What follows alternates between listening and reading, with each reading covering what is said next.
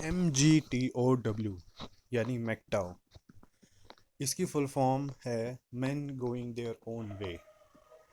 मर्द अपना रास्ते पे खुद चल रहे हैं और अपना रास्ता खुद बना रहे हैं। देखो यार, सोसाइटी मर्द को जीने नहीं देती। और आज की डेट में जहाँ पे लॉ बहुत ही अगेंस्ट है मेन के।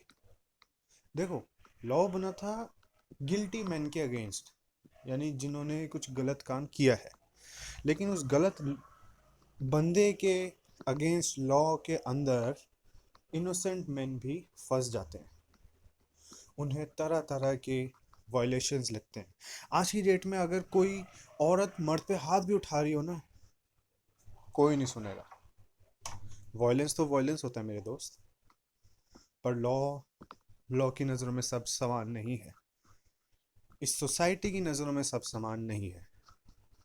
सोसाइटी की नज़रों में मेन सारे गलत काम कर सकते हैं और वुमेन सबसे ज़्यादा इनोसेंट हो सकती है।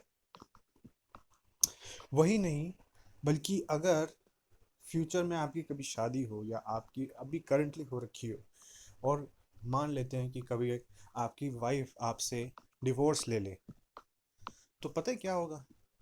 आपकी सारी ज़मीन उसकी हो जाएगी, आपकी आधी इनकम उसके पास जाएगी, जिसको बोलते हैं एलिमोनी पेमेंट्स।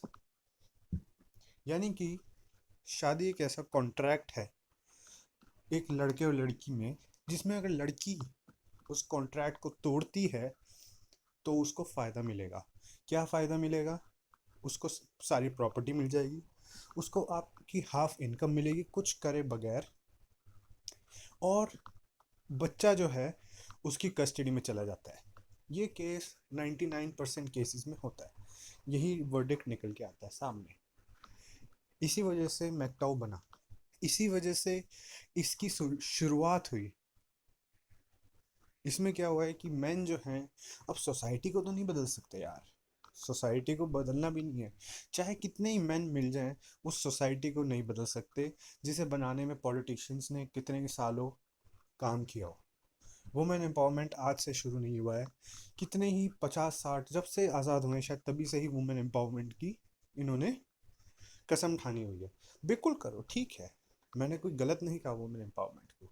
लेकिन इस चीज़ में मेन जो हैं वो चपेट में आ रहे हैं, और बेचारे मेन जो हैं वो एम्पावर नहीं हो रहे हैं। उनकी पावर बल्कि ख़त्म होती जा रही है। आज के डेट में वुमेन कितना ही कुछ कर ले, कितना ही बड़ा क्राइम कर ले, इट्स वेरी पॉसिबल कि मैन को शायद जेल हो जाए और शायद उसकी फांसी भी हो जाए। ज़्यादातर मर्डर केसेस में मैन को फांसी हो ही जाती है, वुमेन को नहीं होती। वुमेन कितना ही मर्डर कर ले, वो बहुत ही कम उसको फांसी मिलती है। ठीक है, वो अगर कल को प्राइम मिनिस्टर को भी मार दे तो भी लॉ की नज़रों में से वो बच जाएगी, उसको बख्श दिया जाएगा, एटलीस्ट उसको जिंदा छोड़ दिया जाएगा। देखो यार, ये अगेन हाइपोथेटिकल सिचुएशन है तो मैं इसके अगेंस्ट ज़्यादा नहीं बोलूँगा, पर जो रियलिटी है वो हमें ये दिख रही है कि वुमेन को ज़्यादा एम्पावर कर दिया गया है। पावर के आगे साथ एक रिस्पॉन्सिबिलिटी आती है, जो कि एक समझदार बंदा ही उठा पाता है। अगेन, हर पावरफुल बंदा समझदार नहीं होता, और हर पावरफुल बंदा रिस्पॉन्सिबल भी नहीं होता। कितने पॉलिटिशियंस हैं जो कि आप कहते हो कि हाँ भाई पावर में भी हैं और अपनी रिस्पॉन्सिबिलिटी ले रहे हैं कि भाई ये मेरी वजह से हुआ है। कि ये जो गलत हुआ ना, मान लेते हैं कई हज़ारों लाखों का नुकसान हुआ हो, करोड़ों खरबों का घाटा हुआ हो, कितने ही लोग मर गए हों, वो रिस्पॉन्सिबिलिटी वो बाकी डिपार्टमेंट्स को दे देता है।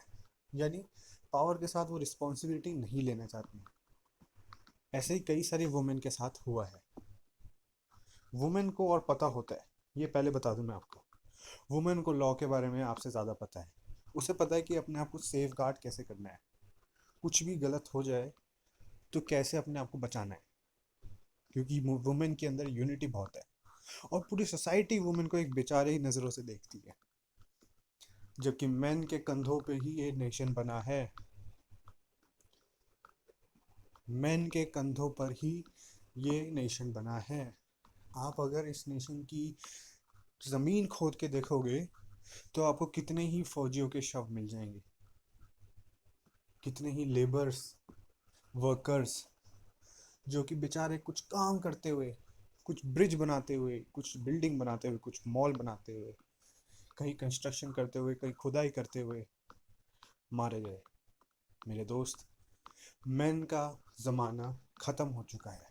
बोलते हैं ना फ्यूचर फीमेल है, फ्यूचर फीमेल नहीं है, फ्यूचर फीमेल के फेवर में है। Future is not female, future is in favour of female. तो इस सोसाइटी से हम क्या कर सकते हैं भाई? इस सोसाइटी तो ख़राब है, तो अपना रास्ता खुद चूज़ करो, ऐसे गेम्स में हिस्सा ही मत लो। वुमेन से कम इंटरेक्शन रखो। आई नो बहुत बहुत मुश्किल है कई लोगों के लिए ये चीज़ सोचना, पर अगर आपके दोस्त मेन ज़्यादा रहेंगे तो इट्स पॉसिबल कि आपको वुमेन की ज़रूरत नहीं पड़ेगी, और आप वुमेन को थोड़ा डिफरेंट पर्सपेक्टिव से देखने की कोशिश करो। अपने आप को हमेशा सेफ गार्ड करके चलो। मी टू मूवमेंट में भी कई सारे बेचारे इनोसेंट मर्द, मैं सबका नाम नहीं लेने वाला, सबका केस नहीं कर सकता मैं, पर अगर आपको लगता है कि किसी को कवर करना चाहिए, आप प्लीज़ कमेंट सेक्शन में बताओ, और इस सोसाइटी को पहाड़ में जाने दो। यार आपको थोड़ी सी तो रिस्पेक्ट मिलनी चाहिए, थोड़ा सा रिगार्ड तो मिलना चाहिए, कभी तो कुछ मिलना चाहिए। आप तो सोसाइटी को सिर्फ दिए जा रहे हो, टैक्स की फॉर्म में दे रहे हो, जो कि टैक्स का पैसा आपके पास तो कभी आता ही नहीं है, टैक्स का फ़ायदा आपके पास होता ही नहीं है, वो जाता है गरीबों के पास सारा। इंडिया में गरीब बहुत है, उनके राशन में, उनके रहने में, उनके खाने में, उनका पानी, उनका बिजली, सब उस चीज़ में जाता है आपका टैक्स का पैसा। और थ्रू आउट लाइफ सोसाइटी को दे ही रहा होता है वो, अपनी बीवी को अच्छे से अच्छे घर में रहने को दे रहा होता है, उसके बच्चों को अच्छे से अच्छे स्कूल में भेजने का सोचता है वो हर चीज़ इस सोसाइटी को सिर्फ और सिर्फ दे ही रहा है, बदले में उसको कुछ मिलता ही नहीं है। ऐसा लगता है कि मैन नहीं बनाया, बीस्ट ऑफ बर्डन बनाया। बीस्ट ऑफ बर्डन समझते हो? बीस्ट ऑफ बर्डन होता है जो कि जैसे गधे हो गए या घोड़े हो गए, जितना सामान कैरी कर सकते हैं उनकी उतनी वैल्यू होती है, जितना ज़्यादा सामान कैरी करते हैं वो। और गधा कितने किलो बोझा ढो लेता है, उसका दाम उतना ही ज़्यादा हो जाता है। ऐसी घोड़े का होता है, जो सबसे ज़्यादा फुर्तीला, सबसे तेज़ भागने वाला होता है, उसका दाम सबसे ज़्यादा होता है। तो ऐसा लगता है कि मैन भी वैसे बन गया है, जो जितना काम कर सकता है, जो जितना इस सोसाइटी को दे सकता है, उसकी वैल्यू उतनी बढ़ जाती है। यानी मैन तो सिर्फ देने वाला बना है, और एंड में क्या घोड़ा ऐसे अच्छी मौत मरता है कि हाँ चलो, मैंने शांति से बैठ के बिताई जिंदगी, फ्री होके बिताई, अपने हिसाब से बिताई। नहीं, वो बेचारा कभी भी चल देता है इस दुनिया से विदा होके, और सिर्फ उस घोड़े का नाम हिस्ट्री की बुक्स में छप जाता है, यानी इंसानों मर्दों का भी नाम हिस्ट्री की बुक में छप जाता है कि हाँ इसने शहीदी दी, इसने अपने देश के लिए ये काम किया। मेरे को पता नहीं चलता यार इस सोसाइटी का क्या होगा, लेकिन एटलीस्ट मैन अपनी लाइफ को खुद हैंडल कर सकते हैं। ऐसे गेम्स मत खेलो, फीमेल से रिलेशन थोड़ा समझदारी से करो, शादी से जितना दूर हो सकता है भाग जाओ। ये है मेन की मूवमेंट। वुमेन ने फेमिनिस्ट का एजेंडा बहुत टाइम से चला रखा है। ठीक है, मैं फेमिनिस्ट के अगेंस्ट नहीं हूँ, लेकिन मैं मैकटाओ के अगेंस्ट भी नहीं हो सकता। मैकटाओ इस दुनिया की सबसे बेस्ट मूवमेंट में से एक है।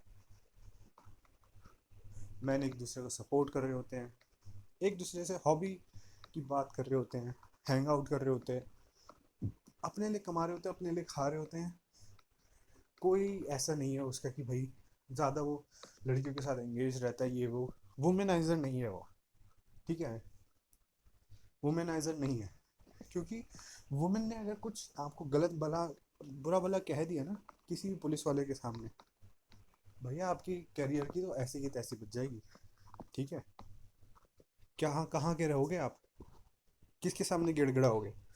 कोई वकील जो रेप करती है उसके साथ तो हो जाएगा, लेकिन जिसने रेप किया हो, जिस पे इल्ज़ाम लगा हो रेप का, उसके साथ कोई वकील नहीं आता, क्योंकि उसको पता होता है कि ज़्यादातर केसेस में मैं हारूंगा और मेरा करियर के अंदर एक काला धब्बा बन जाएगा। मैन के साथ कोई कोई लॉयर नहीं होता, कोई जस्टिस नहीं होता, अनलेस बहुत ही हार्ड प्रूफ हो। वुमेन रो देगी, चिल्ला देगी, पूरी सोसाइटी खड़ी हो जाएगी। मैन का गला कट के साइड में भी पड़ा होगा ना, शायद ही कोई रुक के कोई हेल्प करेगा, रुक के देखेगा, मुंह उधर कर लेगा और आगे बढ़ जाएगा। ये बताता है आपको आज की सोसाइटी में मेन का मेन की रिस्पेक्ट, जबकि उसको ये नहीं पता सोसाइटी को कि मेन का हजार लाखों गुना थैंक्स करना चाहिए। आप जितनी भी चीज़ देख रहे हो ना आसपास, बिल्डिंग हो गई, फैन हो गया, ट्यूबलाइट हो गई, लैपटॉप, अगर आप मोबाइल पे देख रहे हो मोबाइल फ़ोन, कंप्यूटर पे देख रहे हो कंप्यूटर, जो भी डिवाइस, इस दुनिया में जितने भी इन्वेंशन हैं सारे मैन ने किए हैं। सारा श्रेय किसी मर्द को जाता है। आप उठा के देख लो किसी भी इन्वेंशन का, कितने कितने ही साइंटिस्ट का, 99.9% में कैसे केसेस का कह रहा हूँ। किसी भी कार में आप जा रहे होंगे, किसी भी कंपनी में, किसी भी जगह, मेरे दोस्त, इस सोसाइटी को आपका थैंक्स होना चाहिए। थैंक यू अगर आप एक मैन हैं और आप इस सोसाइटी को कोई कंट्रीब्यूट कर रहे हैं। लेकिन मैं तब भी कहूँगा कि आप अपने रास्ते चलें, अपना रास्ता खुद चूज करें, अपना खुद रास्ता बनाएं। वही तो मैकटाओ है। इस सोसाइटी आपको डिजर्व नहीं करती, as simple as that. Society आप जैसे महान व्यक्ति को डिजर्व नहीं करती। सोसाइटी को सड़ने दो, आप आगे बढ़ो, अपनी इंडिविजुअल लाइफ को बेटर कर लो, कहीं ना कहीं से एक अच्छा करियर सेट कर लो, एंड दैट्स इट। और एक अपनी हेल्थ पे ज़रूर ध्यान देना ना भाई। ये दो मेरी रिक्वेस्ट, मतलब मैं पर्सनली रिक्वेस्ट कर रहा हूँ, एक हेल्थ और एक करियर। आप अगर अपने पूरे दिन का 50-50% टाइम भी इसको देते होंगे ना, मैं गारंटी के साथ कह रहा हूँ कि कहीं ना कहीं आप पहुँच जाएंगे आगे। 10 साल बाद आप अपने आप को खुद ही थैंक्स करेंगे। किसी लड़की के पीछे अपना फ्यूचर मत खराब कर लेना कुछ किसी भी हाल में, ये बात ठान लो। कोई लड़की इतना डिजर्व नहीं करती आपको। आप उसके लिए डेट करते हो, आप उसके लिए खर्चा करते हो, आप उसको गिफ्ट ला के देते हो, उसको गाड़ियों में घुमाते हो, उसके ऊपर जितना पैसा उड़ा सकते हो उड़ाते हो। बदले में क्या मिलता है आपको? शायद एक मौका, और उस मौके के लिए आपने इतना पैसे फूक दिए। उतने पैसे से आप खरीद सकते हो ऐसा मौका, और आपको वहाँ पे 100% चांस मिलेगा मौका। क्योंकि आप पे ही उसके लिए कर रहे हो, बस एक्सपीरियंस के लिए कर रहे हो। जबकि अगर आप किसी लड़की के साथ डेट पे जाओगे तो इट्स वेरी पॉसिबल कि वो लंबा कुछ चाहेगी, कि लंबे समय के लिए, इट्स वेरी पॉसिबल।